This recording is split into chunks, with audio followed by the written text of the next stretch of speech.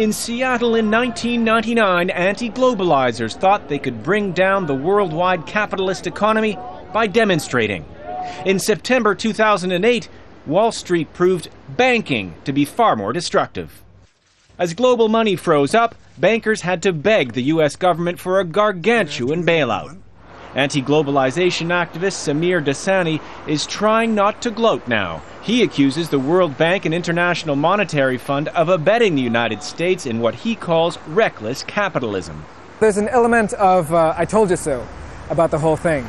At the same time, we realize that for marginalized constituencies, for folks who are earning $1 a day, $2 a day, this is disaster. David Rothkopf is a former American trade official. He writes about the U.S. role in the global financial system and says tough choices lie ahead.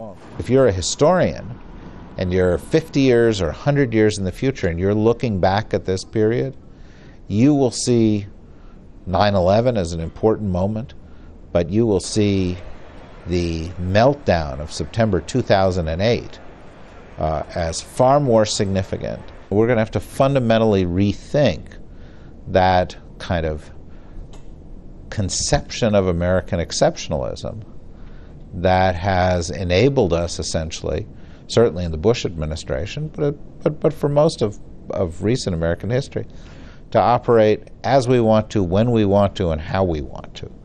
There's an added challenge. The head of the World Bank says developing nations need American and Western assistance now more than ever.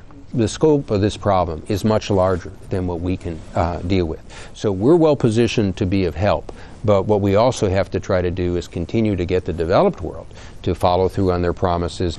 At least one of the presidential candidates says things need to change, and that international coordination might be the new American catchphrase. The problem is we still have an archaic 20th century regulatory system for 21st century financial markets. We're going to have to coordinate with other countries to make sure that whatever actions we take work. The next U.S. president faces a challenge. Fewer and fewer countries seem ready to look to the U.S. as an economic model, but more and more nations expect the United States to take the lead in cleaning up the current global financial mess. Nick Spicer, Al Jazeera, Washington.